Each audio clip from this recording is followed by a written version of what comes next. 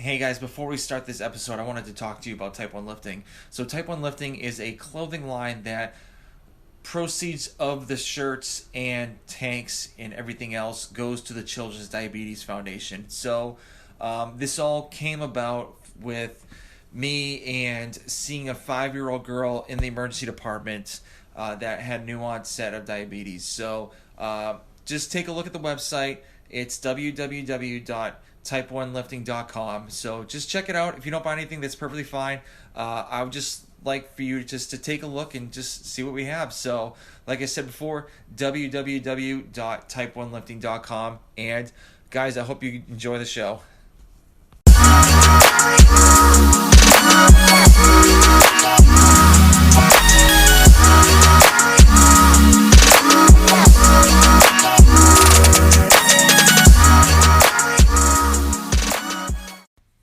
All right, guys, another episode of the Type 1 Lifting Podcast. I have my former college roommate and former college football player, Chris LeBlanc. What's going on, man?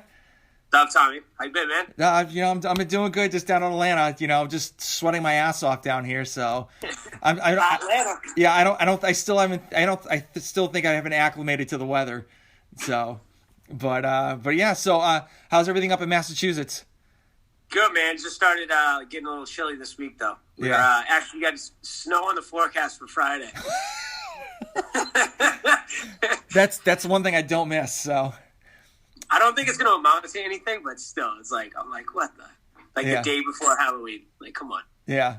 So I wanted to talk about athletic-based training and pretty much like how you got started with weightlifting, because obviously like when we were in college, that wasn't even in our workout programs or anything like Olympic lifts. So how did you get involved into Olympic lifting?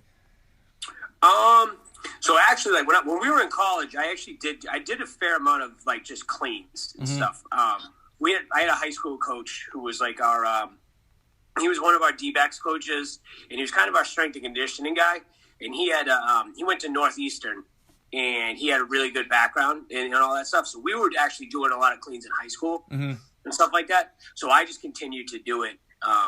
We'd actually work out at the high school during the summers. Like, so in the off seasons, I was up there all the time. So I like always loved cleaning. Like, I remember like people always being like, when I'm done playing, I'm never going to do cleans again. And I was like, bullshit. I was like, I'm going to do cleans like all the time. Can I swear on this, by the way? What's that? Can I swear on this, by the way? Oh yeah, go for it, man. Go for it. Yeah. Okay. Sure. I do all the time, so don't worry. Yeah.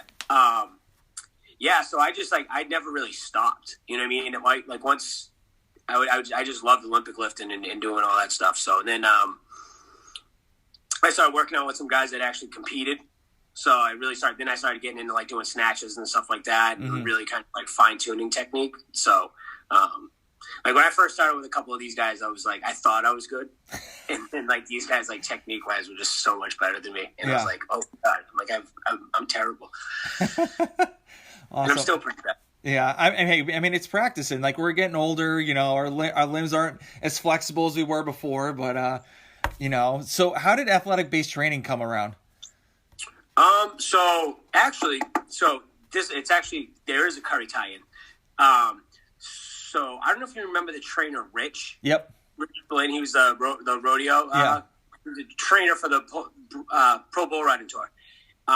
So him and his wife Leanne, she's like a world champion powerlifter. Leanne Blinn. She's currently at Arizona State, but they owned a company together. They owned ABT together, and I got like some certifications and stuff. And was kind of like not really even like looking for jobs, because at the time I was just working at a school, and I was doing like some adaptive PE stuff. So I just got certifications kind of just for that.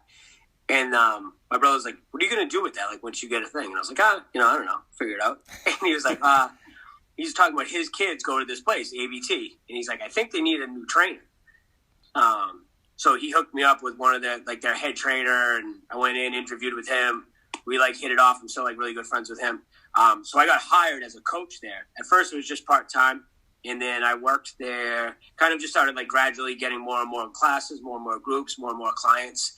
And I eventually flipped and became a full-time trainer / coach and went part-time like teacher. I like completely like flipped it.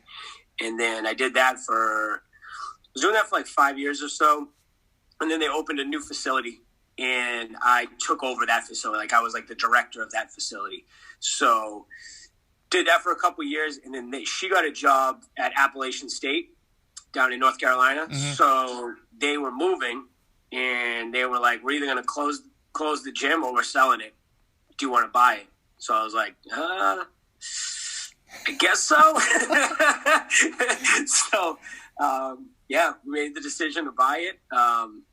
Me and Holly, my wife. And so we took that over about 5 years ago, actually coming up in December. Nice. So what did your wife think about you owning a gym? Because I always ask my wife, I'm like, what would you think if I owned a gym? She's like, I would kill you. So what was her idea when you were talked to her about it? She's like super supportive. I mean, she definitely knew like the cautionary tales and stuff, but she was supportive. She knew I wanted to do it. So she was on board. She's actually like part owner with me. I own 51%. She owns 49%. So nice. But yeah, no. There are days that she definitely wants to kill me. Like the hours are really tough, especially like with the family. Early mornings, late nights sometimes. So it's this is like my earliest night. Nice. So. Yeah. So it's mainly like college and high school kids you train, or like what's the typical age bracket that you have? Honestly, man, we're all over the place. We have our youngest group. We have a group called Mini Movers. That's like 4, 5, 6, 7-year-olds. Nice. And then we do a class called Speed and Development, which is the next phase of grades. Like, so our 8, 9, 10, 11-year-olds. And then we do performance classes, which are like middle school, upper middle school, and high school classes. We do a lot of the same stuff. It's just the performance classes are longer and a little bit more like we get more into like some Olympic lifts and the power lifts and things like that with those kids. Mm-hmm. Then we have a lot of college kids, right? It's actually weird right now that we still have a lot of college kids because a lot of them just stayed home. And then we do adult classes too. So we do adult strength and conditioning and adult boot camps. Oh, cool. So with the little kids, so my son's 5, so I'm actually trying to get him to start like practicing the Olympic lifts. So I have like one of my old lacrosse sticks that he's using as like, kind of like as the bar. And so how do you get your like little guys, the little movers to actually like, get somewhat of a technique down or just like to move? So a lot of that stuff, a lot with the little kids, we mostly just do like running and jumping and like a lot of obstacle courses, a lot of, crawling and just getting them to just move differently. Things that they like don't really, not to knock the physical education system anymore, but it's garbage. It's garbage. They don't do what we used to do. You know what I mean? They don't have the same type of stuff. They don't have dodgeball. What's that? They don't have dodgeball. No way. There's no way there's dodgeball. No dodgeball, no Red Rover. Yep. I don't know what these kids are doing. So yeah, like I think a lot of the stuff I look at and I like envision like what my elementary school gym classes were, and we try to just do some of that stuff. Okay. I don't do a lot of like lifting with them. Not until we get to that developmental class, we'll do some weight training. Mm-hmm. But the younger kids, like my son, I just moved him into. He's 8. So he's in like the developmental class, but he's kind of always, he just sees me doing stuff and wants to do it. I've really never like pushed stuff on him. Yeah. But it's funny to talk about the lacrosse stick. So dude, he's like wicked. I think he's going to be an engineer because he always like puts things together and stuff. Mm-hmm. So we have the PVC pipes. So what he started doing is taking the PVC pipes and then, the fat grips, like the fat grips that you put on dumbbells and stuff. Yeah. So he started putting those onto the ends of PVC pipes to give it like weight. Okay. And then once he started like getting good at that, he did this on his own. He would go 2 fat grips per side, and then put like a 2.5 or a 5 in between on it. In between, and then use the 2 as like it was almost like having like clips on it. Mm-hmm. And it was amazing. I'm like, dude, that's the greatest thing I've ever seen. Yeah. So he'll try to do like cleans and stuff like that. And I've had him squatting for a while. He squats. Okay, very cool. So when do you get your kids to actually do like Olympic lifting?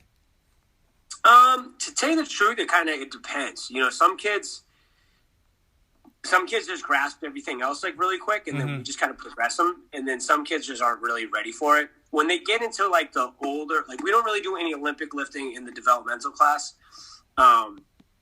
So we'll start it in the performance classes, and all those kids have their own programs. So they come in, we'll warm them up together. Everybody will come in, they'll roll out. We do a warm up, go dynamic, do a bunch of mobility stuff, some core prep and all these things. And but then when they break off and actually start lifting, they all have different programs. Okay. So you might have like 10 kids in a class, and 2 of them are cleaning that day, and 2 of them, you know, clean twice a week, and 2 of them aren't cleaning yet. They might just be doing like goblet squats and dumbbell swings and things like that. So it's all over the place. So it could be like, that's why we can have like kids that are, we have like a senior in high school in a class and like a 7th grader in a class, and it's like they're not doing the same stuff. Yeah. So where's this gym located at? So we're in Milford, Mass. Okay. All right. Very cool. And how big is it? Because I've seen pictures of it, and it looks like it's like really long, but like it's not as wide. Yeah. So it's like 3,000 square feet. So it's like we got like about like the length of that is about 25 yards length, and then width wise it's probably like 15, 20. Very cool. But, yeah. So how do you start, like when you have like a new client come in? What's the first like process of how to kind of gauge of where they're at and how you're gonna program this? How you gonna program the kids?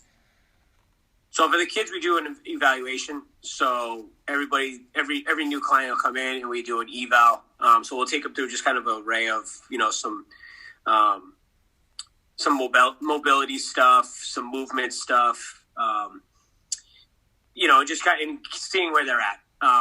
Cause like, you know, we take age into account with our groups. So we'll that'll be like the starting point. But sometimes you might have a young kid that like moves really well, and, you know, they're able to handle some stuff. So we might bump them up to that performance class, and then vice versa. We might have a kid that's like, you know, age wise is in that range where we have the performance class, but they're just not ready to like load weight and things like that. So we might keep them in the developmental just to start, and then we'll usually bump them up. Okay.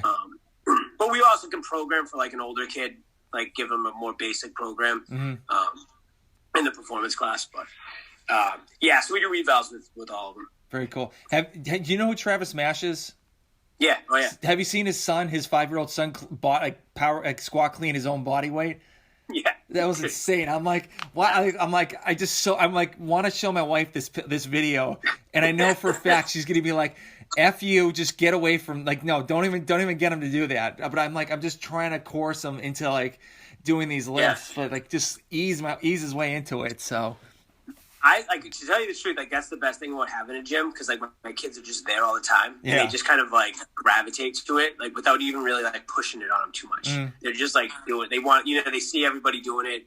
They like the high school kids, they like the college kids, and they like, you know, our college kids are great with my kids. They like, you know, they're super friendly to them and they love them. So it's like they see them doing stuff, so they want to do what they're doing. Yeah, they see dad doing it. They still see dad doing it, so they're trying to do that stuff. Of course, like I have a gym in my basement too, like so. We do this thing called Next Station where we do a minute of work, and then he'll like kind of run around and figure out where the heck he's gonna go, and he's like automatically goes to the rower first off, and he's like, "Look how many points I got," and I'm like, "You could have gotten more. Why'd you stop?" And he's just and he's like, "But I got all these points," and he was talking about calories, and I was like, "Okay, you did great, buddy." And then like I have like hanging rings that we like. He literally just goes and swings on them the whole time, and then he'll get his lacrosse stick, I'll get my empty barbell, and I'll just like, you know, kind of show him like how to hold this clean and like kind of jump and like do the jerk. And he likes to do the split jerk for the snatch. So like literally just split his legs up and pop it up. And I was like, my son used to do the same thing all the time. Same thing. And I was like, that's good enough. So yeah, I just think like getting them around it, like they just, you know, having them around that mentality, like that, hoping they like gain it through like basically like through osmosis. Yeah. Like I don't want to like force it on them. Yeah. You know, I never wanted to do that. You know, I don't want to be that dad. But at the same time, they like, if they enjoy it, then like let's keep throwing. You know. Yeah. So I've seen a lot of soccer dads, especially down here. We have like the Atlanta United like kind of like kids group, and I've seen kids that like literally they're like 8 years old, have coaches that's not including part of their team workouts. So they have like personal trainers and like and it's like, you're gonna burn these kids out. It's not worth it. So much burnout, and I think that's like one thing that some of these parents don't get. That they're like, I've seen so many kids like through the years, like good athletes that were like good athletes when they were like middle school and even like lower high school, that don't even finish their high school career because they're just done playing it. They're just done. Yeah, and it's like, and it's sad, but it's mostly on the parents because they're like, I always use this one that when I started seeing this like trend of young kids talking about having to go like to practice, like, oh, I have to go. I'm like, what do you got today? Like, oh, I have to go to this, and it's like they're saying have to, like it's just like, you know what I mean? Like a 9-year-old kid shouldn't be saying he has to go to practice. Like, oh, I have practice. You know what I mean? They should be saying that. Yeah, I mean, even at Curry when we were playing football, we had a couple kids bail out because they just got burnt out of football. So even at college, even the college is crazy. Oh yeah, especially college because you get the lifestyle. Yeah, just like. Well, yeah. I mean, I had a bailout because I had like 4 concussions in a year. So I'm like, I don't think I should do football anymore. I'll just stick with lacrosse. That's good enough. But yeah, I mean, we had one kid. He was the third string quarterback in my freshman year. He quit after the next year and he became like a raging alcoholic. I'm not saying names. So, but like, it could be like a variety of people. Well, true. Yeah, true. But I mean, it's crazy to see like how many people just are like all gung ho about it, and then all of a sudden just flail out. Even like it's crazy. Even the higher, like what is it, Calvin Johnson? He left. Yeah. So it's crazy.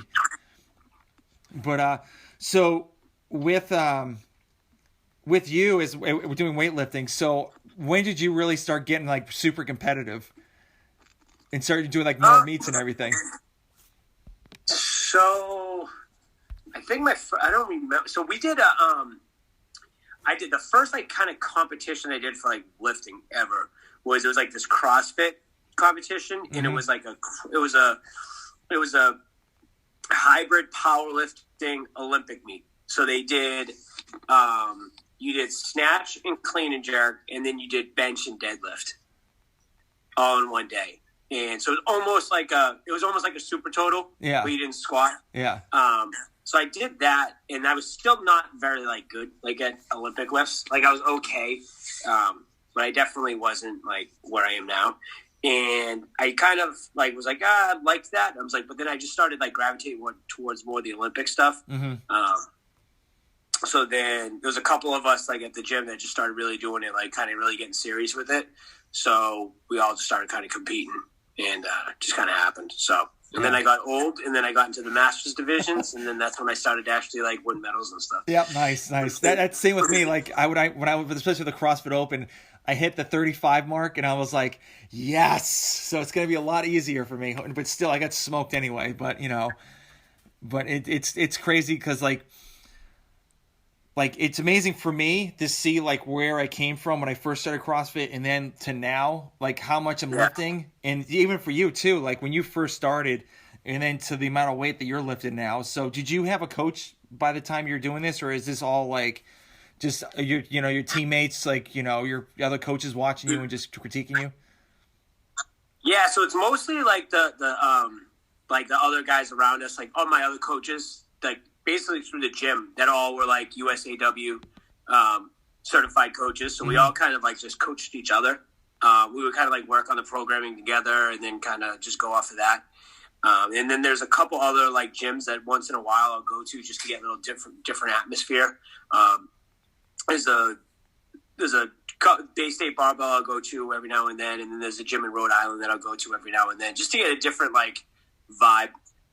Because sometimes it is tough, like lifting at your own gym, because it's like people are always in and out, and it's it's my gym, so like people are talking to you, and like sometimes people don't understand. They're like, hey, I don't really want to talk right now. Like, I'm trying to get this lifted. I have this amount of time available, and you're screwing me. So just let me do my thing. So yeah, that was me with personal training when I was actually at the gym. lifting weights, everyone would come up to me and like talk to me, and I'm like, not now, Yeah. And now since I don't do it anymore, I got a recruiting job. It's like I work out in the morning and still I'm doing the middle of a workout. I have guys come up to me and I'm dying. Just leave me alone. It's just like after, just wait. So yeah. I mean, it's amazing why people don't really understand. Like they're like, hey, you're in the middle of a workout. May want to just stand back and just chill out and just like leave them alone. Well, that's why I saw something the other day. Somebody was like kind of like shitting on like gym hardos that like, are like kind of like isolate themselves. And I'm like, yeah, but sometimes you have to be like that. Yeah. Or sometimes you have to, because like otherwise like somebody like approaches you and you're like, like you said, you don't have you only have a certain amount of time and you're just trying to like, I'm I'm business right now. I'm like all business and I can't deal with, I can't deal with your shit. Yeah. So with the gym and COVID and everything, how did that, how would you manage with all lockdowns and all this stuff up in Massachusetts? Yeah. So I mean, we were pretty much shut down for a while. It was sometime in March that we got like the full shutdown. Basically, like we couldn't be open at all. And then they let us start doing some outdoor stuff, but it was still very limited. How many people you could have in a group. And the thing is, like where my gym is, like we have a little bit of parking in the back, like a parking lot that we use a little bit, but it's not really great for like outdoor stuff. So we actually were doing like traveling, like and like our clients were like awesome because they a lot of them offered their backyards and stuff. So we were doing backyard boot camps, nice. And we were doing them at my house, and it was good. We were traveling around. It was pretty cool. Like everybody bought into it and like volunteered their own their own house to do it. It was really cool. So then, yeah, we did that for like a month or so, and then they slowly started letting us bring people back in. But I don't know how it is down there, but it's basically based off of because most of our stuff is groups, right? So it's basically the mandate that they made was for group training, unless people are wearing masks, they have to be 14 feet apart.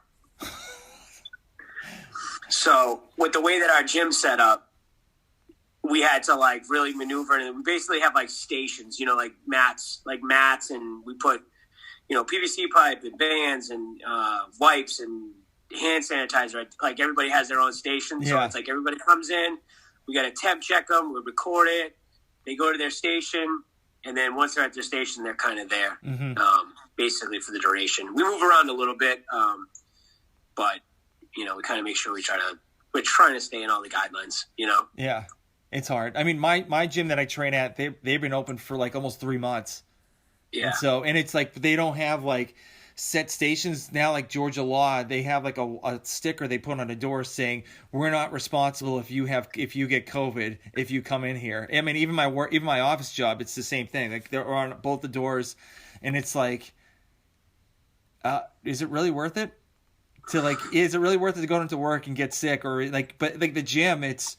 I mean, I clean my area up pretty good. It's just I worry about the other people that just don't care. Yeah. So. Do you guys have to wear masks in the gym? Nope. Or no?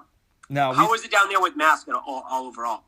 You just have to wear masks. You pretty much you just have to wear masks in the buildings, and that's pretty much it. Like, but my office space, I don't wear a mask and just walk into the office, and my desk is like in a corner where there's like nobody really near me, so I really don't have to worry about like anything of like people coughing on me or breathing on me or whatnot. So I'm lucky with that, but I mean, a lot of the people, you have to wear a mask in your office at all times.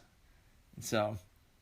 Yeah, I think, masks, like a lot of inside stuff is like that. Like anything inside, you have to wear masks. But restaurants, you only have to wear a mask, like going to your table. Once you're at your table, you can like take it off. Yeah, it makes no sense. But anyway. There's a whole bunch of makes no sense ones. Like one of the biggest ones are up here. I don't know if it's like that down there. But, like you can't go to a restaurant and bar and just order drinks. You have to order food. What? Yeah. I've never heard of that one before. Yeah, so it's like, I don't know. So apparently, like, if you don't eat food while at a bar or restaurant, you get COVID. Yeah, so we have like a cornhole tournament in the center of our town, pretty much, and it is like I don't partake in it. I don't have time for that. So, but it's like it is so packed in that small area, and no one wears a mask. They're like drinking booze and getting hammered and just like shoot the shit. It's just like, oh, we're outside, we're cool, we don't have to do anything. Yeah, because it's all outdoors, and it's like, all right. How are your numbers down there right now? I don't even pay attention. Yeah. I mean, it's probably, I think we're down on the down curve, but I'm not quite sure. I just totally forget. So. Yeah, we just started having like some more here and there. Like we just got everyone went back to school and like all that stuff's happening. So, we got a little bit of like a bump in numbers. Mm-hmm. So I don't know. Everybody's worried that they're gonna like shut some stuff down again. Yeah. I mean, they just shut down hockey rinks. They did? Yeah. Yeah. Why? Because of the filtration system, like for the air system, and pretty much, or what? So I guess some of the rinks were doing like a real shitty job of like they were just like letting basically everybody do everything. Mm-hmm. Like they had no restrictions at all. Mm-hmm. So a couple of rinks had some like big outbreaks where like they'd have like these big, there's some of these rinks up here. They have like this place is like 10 rinks. Yeah. Like there's a rink in Marlboro that has 10 rinks, and I guess they weren't like doing shit. So you had like, kids in and out of locker rooms like back to back to back to back, and just like people were like they were seeing a ton of cases basically traced back to those rinks. So they shut them all down, which sucks because I guess a lot of rinks were doing everything right and they weren't having any issues, but they just. Typical Massachusetts bullshit. They shut everybody down. Well, yeah. I mean, one person screws everybody else up. So, typically what happens. So I kind of want to talk about your podcast, Barbells and Banter. So, how did that kind of come around? Yeah. So, Barbells, Boot Camps, and Banter. Oh, that's it. Barbells, Boot Camps. Yeah, it's all good. I was talking about it for a long time. Like it was like one of those things where. I was like I started listening to some podcasts, and then I was like, we should have our own podcast. Why shouldn't we? At the time we were doing like a weekly or a monthly like newsletter. And it was just like, you see, we send it out through like a constant contact, and you see how many people open it, and you see how many people just disregard it. And I was like, nobody's even reading this bullshit. Like, why are we doing this to like, whatever. I'm like, and it's like not fun to do. Like, you're like, all right, what are we going to put in this? What are we, it's like bullshit. So, I was like, just like kind of like get with the times. Like nobody reads the newspaper anymore. I'm like, no one's reading a newsletter either. No. So, let's get with the times and let's do a podcast. And I've talked about it for a while. And then finally one of my other coaches who's like he guests with me, he hosts with me, Teddy Cox. And he was like, why don't we just do it? Why don't we just do it? And I was like, yeah, all right. And we literally had no clue what we were doing, like, to start. Like, we literally, our first couple, if you go back and, like, listen to our first couple, they're pretty good because we did, like, intros for, like, all of our coaches. But, like, we literally were just recording it on a computer, like, on a laptop. Like, we would just open up the Anchor app, and, like, we were using the mic from, like, the computer. Mm-hmm. Like, we had no mics. We were just literally it was pretty shitty quality. Yeah. But like good episodes, like we were getting good content, but it was just shitty quality. Yeah, I mean, hey, you gotta start somewhere, man. Yeah. It was like just start it and figure it out. And like there's like so many times people like I don't know. Yeah, I think it's good that people are like planners and they like research so much stuff, but sometimes people just do too much shit. Like they research everything and they like take way too much time. And it's like. Sometimes you just got to jump in the friggin' water, man, and just do it and then figure it out on the fly. Like, so who cares if our first couple episodes quality is not good? Like, all right, move on. Then we got mics, and then we got like this, and we got a nice sound system, and we did, now we're better off, So, yeah. So basically, what we do is we just like interview a lot of our clients, a lot of like friends in the fitness community. We'll have to have you on at some point. Yeah, I'm down. It's just like. Just basically shooting the shit. Like we joke about it. Like we've been way too much banter lately. Like we don't less barbells and banter. But no, it's good. We just if something's coming up with somebody like all right tomorrow our guest. It's one of our members. and she's got a 100-mile race coming up on Saturday. Nice. So she does that. She does like those. We have a couple of those crazy bastards that do that stuff, like 24-hour races and just get as many miles as you can and do 100-mile races. Like I'm like, that's not my thing, but I respect the hell out of those people that do it. Yeah. So yeah, we have her on tomorrow. We just have, we just have fun with it. Yeah. You know? Well, to be honest with you, I think it's awesome that you actually have your clientele on the podcast, because then they'll tell their friends and like, hey, look at me, I'm on a podcast. And so they'll listen to it and they'll send the link to their friends. And then all of a sudden, like your gym's involved and they're like, oh, I train at this place. And so, I mean, that's free publicity for you. So. Yeah. And that's like another part of it too. It's like so again, to like get with the times, we have like a local radio station and like not a knock on them, but like, they would always come to me about like advertising and want to do like commercials with them. And, I've done it a couple times, but I never get any, like, when people come in for new memberships, it's like, how did you hear about us? Mm-hmm. Like I never got one that was like, heard you out on the radio. You know what I mean? I've never heard that. The majority of ours are like from a friend, like from my next door neighbor comes, or like people, that's like the majority, like that's how we get our clientele. Yeah. Like our clientele is like we joke that we have there's like this one neighborhood in town that we have where like they're like, you might as well just open up another gym in the neighborhood, like in the cul-de-sac, because everybody in that neighborhood comes. Yeah. Really cool. So and it's like it was just word of mouth. Yeah. Like those, like I don't know, like I just that like that old school way of like promoting stuff just doesn't work anymore. Right. Because like people don't open up the newspaper. People don't really listen to the radio. Like I haven't listened to the radio. I don't know. Like once in a while, I listen to sports radio up here, but for the most part, it's podcasts and Spotify. Yeah. I miss the sports radio up there. I mean, for all the Patriots stuff, like all they're just bitching about down here in Georgia is pretty much like all how the Falcons suck and like how they blew like the last 3 games and stuff like that. It's like I just want to get back to like listening to like 98.5 or something like that. So. Well, that's pretty much all it is up here right now, too. Mm-hmm. Patriots suck right now. But I'd rather listen to that than the Falcons, so. Yeah, it's funny. We were like, today we were sitting there, and I was like, man, is this where like everybody else is like all the time? I was like, we're like spoiled, like to be like New England. It sounds like such a dickhead thing to say. Yeah. Your listeners from the South are going to be like, fucking asshole. Yeah. But, yeah, like we're like so spoiled. I was like, this is what it feels like to suck at football. Yeah, I mean, pretty much you have 20-year-olds that have never seen a losing season ever in sports, in New England sports, pretty much. Yeah. I mean, it actually kind of sucks right now because the Red Sox were terrible. Yep. The Bruins got knocked out a little earlier than we thought. The Celtics got knocked out. Pats suck. We're like, oh, man, this feels like the late 80s all over again. Yeah. So with the podcasting, so when did you start like getting better equipment and like reinvesting into your podcast? So actually we have a member that he works for Dell EMC. Mm-hmm. It's the town right next to us. They have a headquarters there. So he does a lot of their audiovisual stuff. And he was like, one day he was like, you guys got to get this. And he let us borrow some equipment. So we call him our angel investor. Yeah. So we're using some of his old recording stuff. Okay. Yeah. So it's pretty sweet. Yeah. I bought like 2 lapel mics off of Amazon and a 4-way splitter to connect to my phone. And my first podcast was at a Panera Bread with an Olympic weightlifter. She's a type 1 diabetic that I just randomly I found out she was here, and I randomly just drove down to the weightlifting meet, and she won, and I was like, hey, you want to do a podcast? And it was awesome.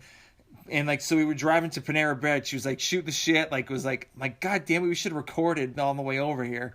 But then, like, when we got to the Panera Bread, she started to, like, I mean, both of us, this was our first episode, started, like, kind of, like, have our sphincter get a little tighter because we just, like, didn't know what to talk about and got a little nervous, so.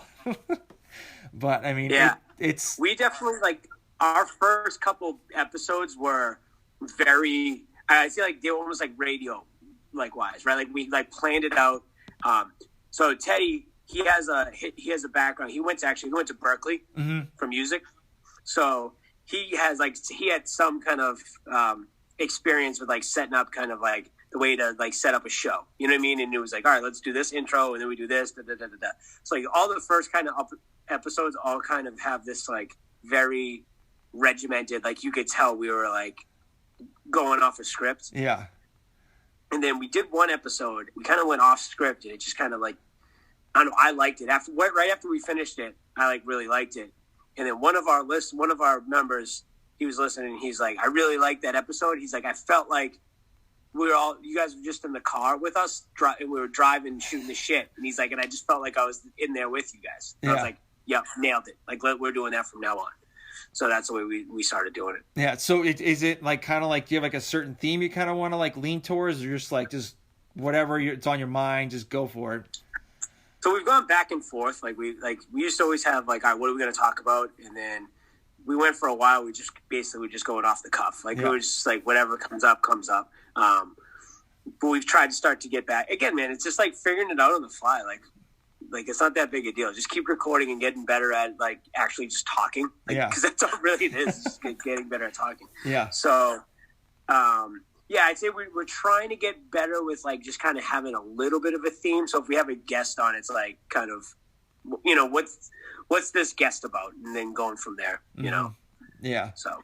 So I kind of want to talk about supplements a little bit, because I remember back in college when you were a senior and I was a junior, living in the same suite. I think did you try androstenedione for like the first like a hot minute or something like that?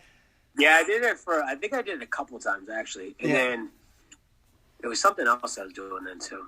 Nothing like crazy, but I mean, other than that, yeah, I mean that shit was wild though. I've never taken it. The first time I took it, I think I gained like 12 pounds in like a week.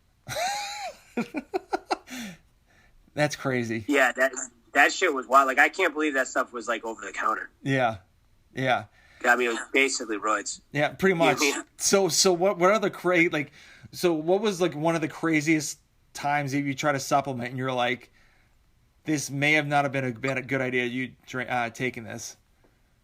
Honestly, like, other than the andro, I've never really done anything crazy as far as supplementation. Mm-hmm. Like, I do creatine and, like glutamine and stuff like that, but nothing like wild, like never really anything crazy. The only thing that I probably do way too much, I'm a pre-workout junkie. Yeah.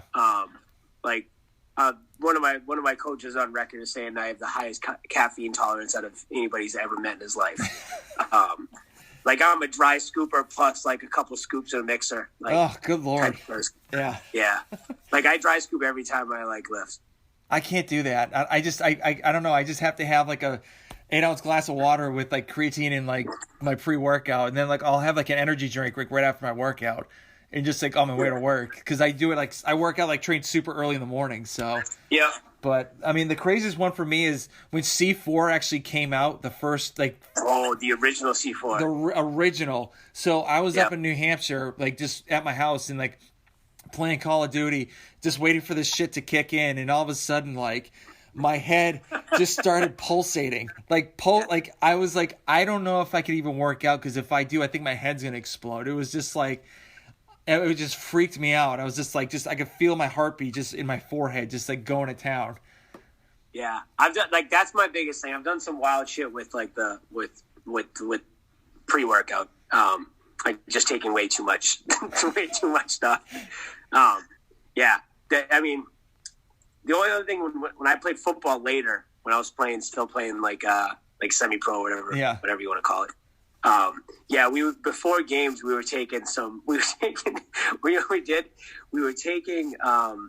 took a 5-hour energy, and we would take a big sugar-free Red Bull and drink just a little bit of it, and then pour the 5-hour into the Red Bull. Oh my God. And drink that. And then that was, we used to call those POWs. Pow. That's crazy. Like, was your heart like you had palpitations during the whole thing, or? Yeah. Plus, say off the record, but we'd take Adderall with it too, so it wasn't that's the crazy. So we're talking about, I mean, it's not really supplements, but yeah, that wasn't probably not the best decision. Oh, whatever. You live and learn, right? Felt like Neo in the Matrix, like, you know, when Neo, like, everything goes slow, you start seeing all the code. It's like I was seeing like offenses in code. So what pre-workout do you take now? C4. C4. Yeah. So do you take the sport one? But I'll bounce around. Yeah. I'll bounce around and take different ones. So do you take the sport version or just the original like C4? Same thing. We'll bounce around. Yeah. I'll just kind of like, I really don't have like a go-to. Like, I'll just, you know, like a lot of people say they don't like the ones that like make them all tingly. I'm like the opposite. Oh, I love that stuff. I feel like I lift the world if I start tingling. So I take Ghost Lifestyle. I take the Legend. Yep. Dude, love that stuff. Like even my wife takes Ghost has got great flavors. Mm-hmm. Yeah, I'm on the Welch's grape juice kick. So I'm like, all right, I'll try this for the first time, and yeah, I love it. Even my wife likes it. So she'll go to work out, she'll get the little tingles, and she's like, "Let's go, let's do this." They have a Swedish fish one too. Yeah, I haven't tried that one yet. I've tried the war. Have you tried the Warheads one? Yes. Yeah, I tried the Warheads one, the blue raspberry, the Welch's grape juice.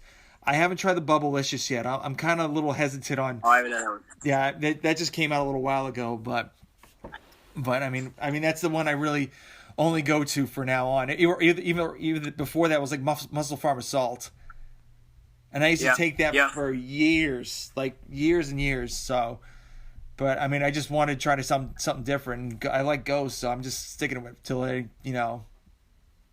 doesn't work. Did you just order online, or did you get it at like a place around you? No, I just go to GNC. That's it. Yeah. I mean, because I just don't want to, like, I don't want to pay shipping. I'm cheap. So, like, even if you look at my gym, like my gym basement and my gym in my basement, it's like all like Home Depot supplies, like used stuff from like my gym that they were throwing out. I was like, oh, you have a 30-pound med ball you're getting rid of? Okay, I'll take it. Just random shit. I don't want to, spend too much on like any like supplements or anything like that. So. Yeah, we actually, where our gym is, like, it's in a like kind of like a shopping plaza. So we have like we're up on like one level, and then there's like a hill that goes down to another one. And there used to be a Rite Aid in that one. Mm-hmm. And the Rite Aids, I don't know if you guys have Rite Aids. Yeah, we do. But the Rite Aids have a GNC section, so it's just like a couple like things. They don't have like the whole GNC, but there's like a little thing. But then the Rite Aid closed. So it sucks that like they come like, because I used to just walk to the gym, from the gym right there and grab it. Yeah, it was like it was so convenient, but they closed. So yeah. So with your location, did you guys get like noise complaints or anything like that, or like how did you find that location that you're in now? So the prior owners moved in there. Okay. So I don't even really know how it happened. I'm not sure on the whole thing. We actually at one point had two facilities going at the same time. And they're like in towns right next to each other. Mm-hmm. So I made the decision to just go to one because it was really difficult for me at least to manage like two spots at the same time. Yeah. 'Cause I like to be in it, and I like to be like know everybody and like kind of, be constantly there. So it was really tough bouncing back and forth. It really kind of sucked. So it's actually, we're in a very interesting location. Like I said, we're in like a plaza. So there's an Advanced Auto Parts, then us, and then Honeydew Donuts right next to us. Yeah, quick cheat meal, huh? Yeah. I haven't been to a Honeydew in ages. Man, I used to love their donuts. So good. Their bagels are so much better than Dunkin's. Oh, yeah, by far. Yeah. Plus, they have a better variety. And I thought, like, originally before, like, Dunkin' Donuts became public, Yeah, they're way better than. I like them way better than Dunks. Yeah. So we're getting close to the end. So one question I did forget to ask. So how do you get your kids to kind of buy into like your programming and like kind of what you're envisioning for them to accomplish? I think I kind of have two different philosophies on that. one with the kids, I think we kind of use, and I say use, but like we kind of use the success of our like past clients to motivate to kind of like the proof is in the pudding here. Like one of the things that we do is when our kids go off to college, and most of them still train with us throughout college, they'll bring like their school banners in and flags, and we hang them. So like our whole gym is like just like from one end to the other end is all just different. We have Notre Dame, North Carolina, we have BC, all these schools that kids that we've had go play at. We just put those all over the wall, and we have like jerseys up. We have all these things that it's kind of like kids come in and we're like, hey, if you stick to all these kids came through, and this is what they did the same exact stuff as you, and now they went on and played at all these places. Yep. And the parents like that too. The parents see it and they're like, oh, who went here? And you like tell them like, oh, that's actually a softball player. That's or that's a football player. And like they're like, oh, okay. They get all excited. And then the thing with the adults that we kind of like, I don't want to say stumbled upon, but we really kind of built like our adult community. Really, they buy into each other almost, right? Like they bought into like the community of the gym, like that ABT. We call it like ABT family, and it really is a family. Like we had yesterday for the Pats game, we had some people over for the game, and like almost everybody, it was from the gym. Yeah.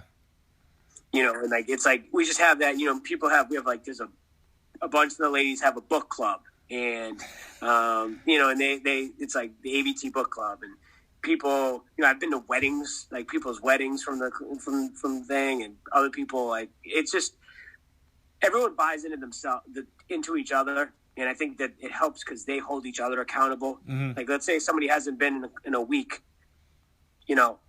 it might slip through the cracks and I don't even notice it, but somebody else is like, I texted Tom because he hasn't been in the gym in a week, and he said he's just slacking, so he'll be here tomorrow, and it's like, oh, sweet. Like, it's just really cool. Like with that sense, it's like it really is like a big family atmosphere. Yeah. So very cool. Very cool. Yeah. So, do you have any goals? I know it's getting close to the end of the year, but do you have any goals before the end of the year is done at all, or any other big plans that you have for like next year? As far as the gym or like personally? Well, both. You can do both. Yeah. So I got to get back into. So what kind of sucks for personally wise on this is I was just about to head down to Florida to compete at Masters Nationals for Olympic weightlifting, and that got canceled. They actually moved it. They moved it. They bumped it out. And then they finally moved it to full virtual. And I was like, I had no interest in competing virtually. Yeah. A lot of people still did, but I just didn't want to do it. I like competing against people, like seeing. It was actually funny. This woman that like runs races, she's like, I actually really like it. She's like, because then I don't like get nervous, and I don't like. And I was like, oh, it's the opposite for me. Like I want to be able to like be like warming up next to some dude and just look better than him in warm-ups and like see what he's doing. Like I just really like that feeling. I don't know if that's like the football in me or whatever it is. So that got canceled. So I was really training for that this at the beginning of the year. And so now I'm like, with the uncertainty of like where meets are going to be and national meets and stuff, I've been kind of like, I got to get back onto that like mindset that I'm going to train. Even if like there's not a meet, I got to train like there is one. Yeah. So I've still been training, but just definitely not with that same focus. Like I was dialed in April. Like I was like hitting some of the best weights I've ever hit in my life, and things were really feeling good. So I got to get back to that. And then I'd say the business is just, trying to just maintain like we've done, maintain and building off of like, the success of our people and keeping everybody engaged. One of the things with us, like we're doing a lot of outdoor classes right now. So we're going to run into some challenges with the winter up here.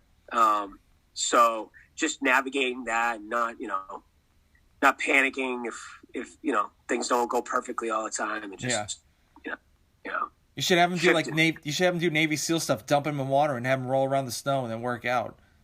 I'll do that all day. Oh yeah. All right, and then do you have like a favorite like book you like to read, or like a training book, or just like a book in general that you would like to give to people?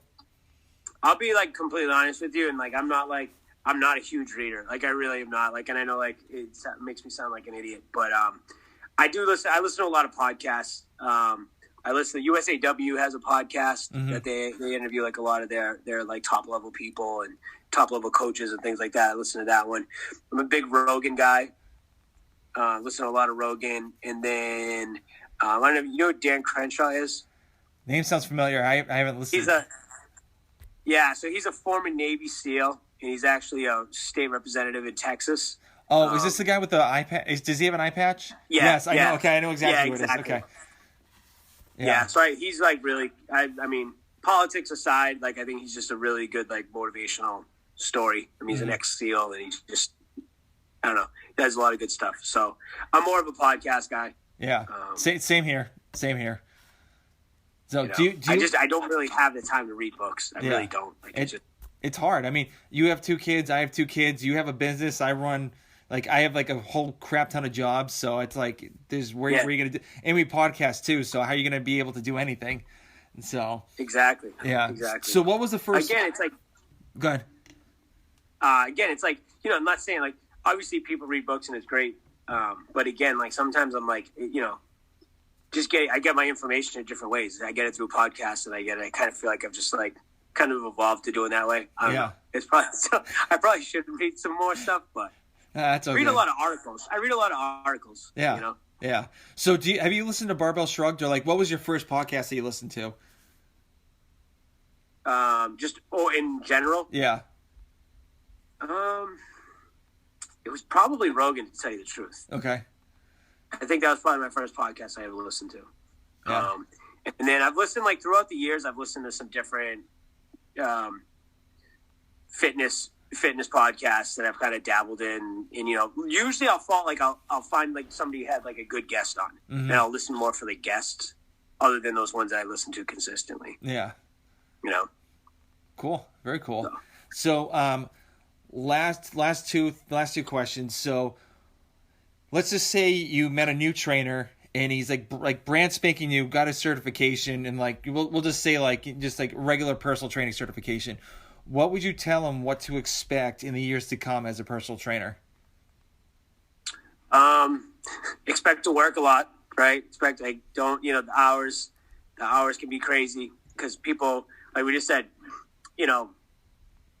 people don't, time is valuable. So all these people will, spread thin. Sometimes you got to work out really early, like you said. Sometimes you got to work out really late. So you got to adapt and work around other people's schedules. Like, so, your schedule is just going to be crazy.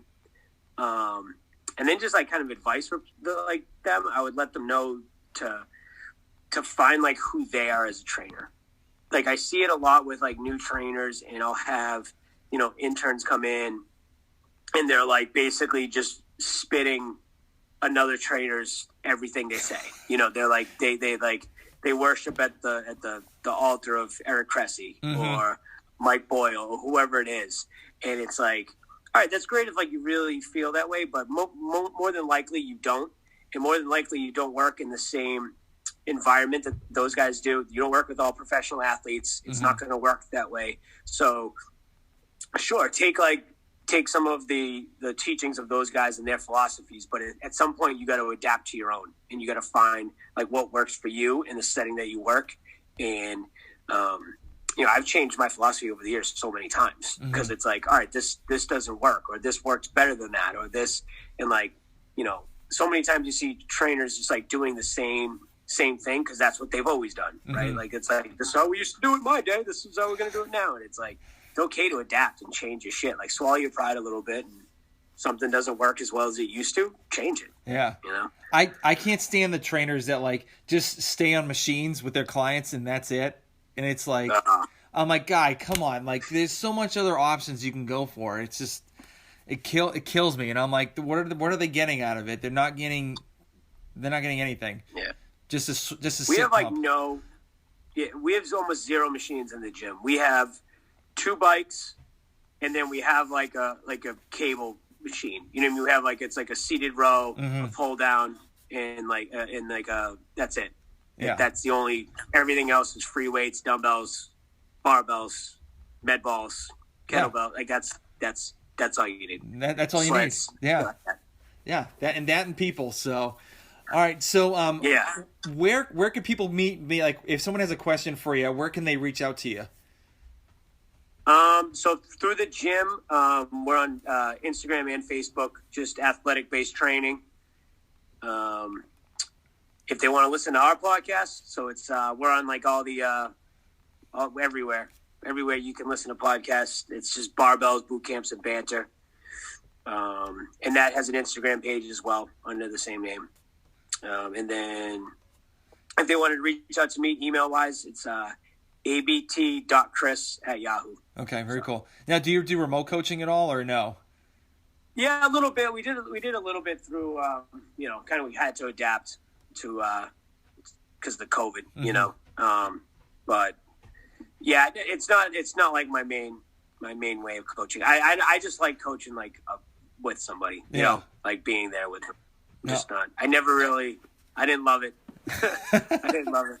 Awesome. Well, hey man, thank you very much for doing this. I really do appreciate it, and it's good actually talking to you again. So yeah, man. Hopefully, if you next time you're back up, you gotta come by.